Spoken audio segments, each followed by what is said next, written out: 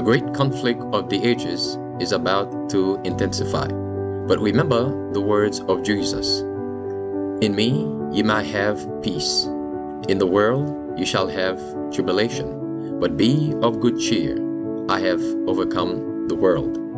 Would you like to know how to exercise courage and fight the good fight of faith? Listen to this devotional. Conflict and Courage, a daily devotional by Ellen G. White. Jeremiah, God's mouthpiece.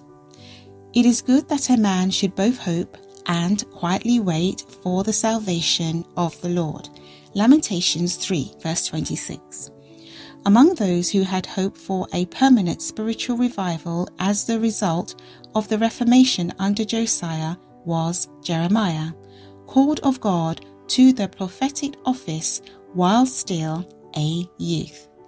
In the youthful Jeremiah, God saw one who would be true to his trust and who would stand for the right against great opposition. Say not, I am a child, the Lord bade his chosen messenger, for thou shalt go to all that I shall send thee, and whatsoever I command thee, thou shalt speak.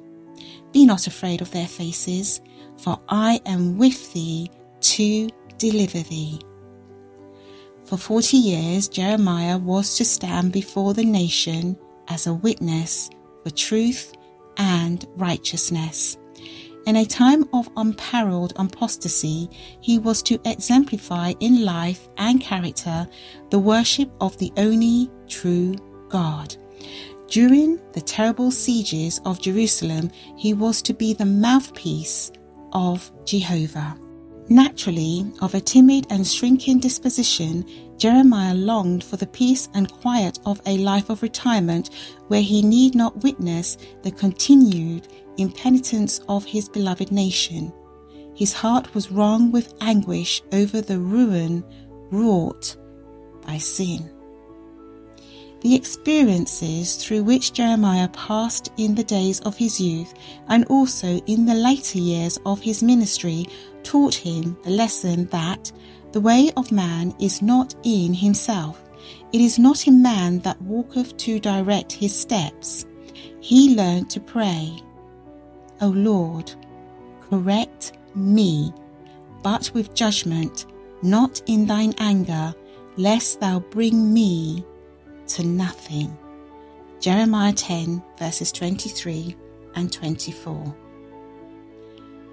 When called to drink of the cup of tribulation and sorrow, and when tempted in his misery to say, my strength and my hope is perished from the Lord, he recalled the providences of God in his behalf and triumphantly exclaimed, it is of the Lord's mercies that we are not consumed, because his compassions fail not.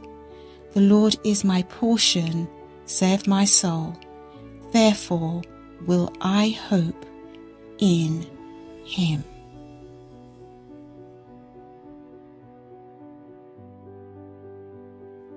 This was your daily devotional.